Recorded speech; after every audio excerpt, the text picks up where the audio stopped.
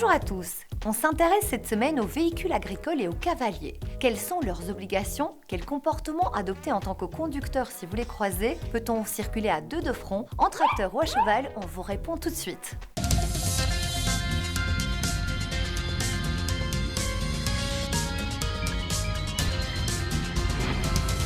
Sur la voie publique, le cavalier est considéré comme un conducteur, tout comme l'automobiliste ou encore le cycliste, et ce, même s'il marche à côté de son cheval.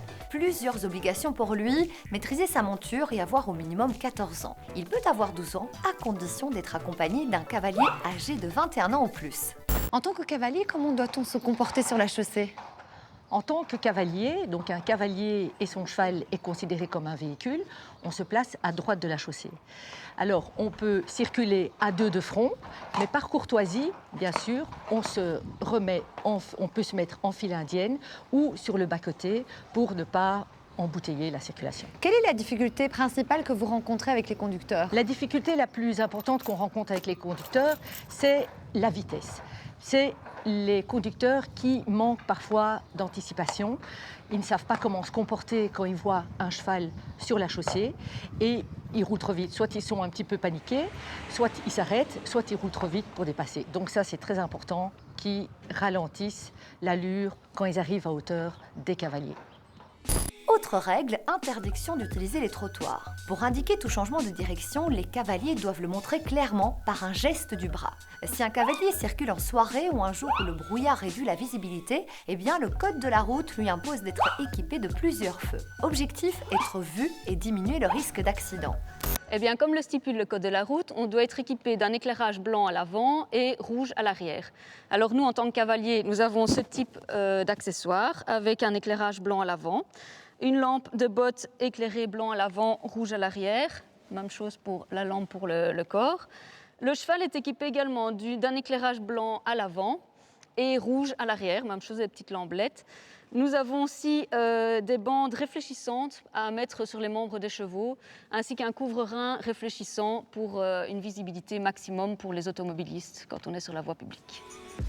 Parlons à présent des tracteurs agricoles et forestiers. En pleine période de moisson, vous en croiserez certainement. Et c'est vrai que ce n'est pas toujours évident de rester derrière ces engins. Deux seuls mots d'ordre, la patience et la courtoisie. Du côté des conducteurs de ces engins, ils doivent avoir un permis spécifique, c'est le permis de conduire catégorie G. Il est autorisé dès l'âge de 16 ans pour une masse maximale n'excédant pas les 20 000 kg. Manœuvrer de tels engins de plusieurs tonnes demande finesse et doigté. Dominique, comment on apprend à manier un tel engin agricole ?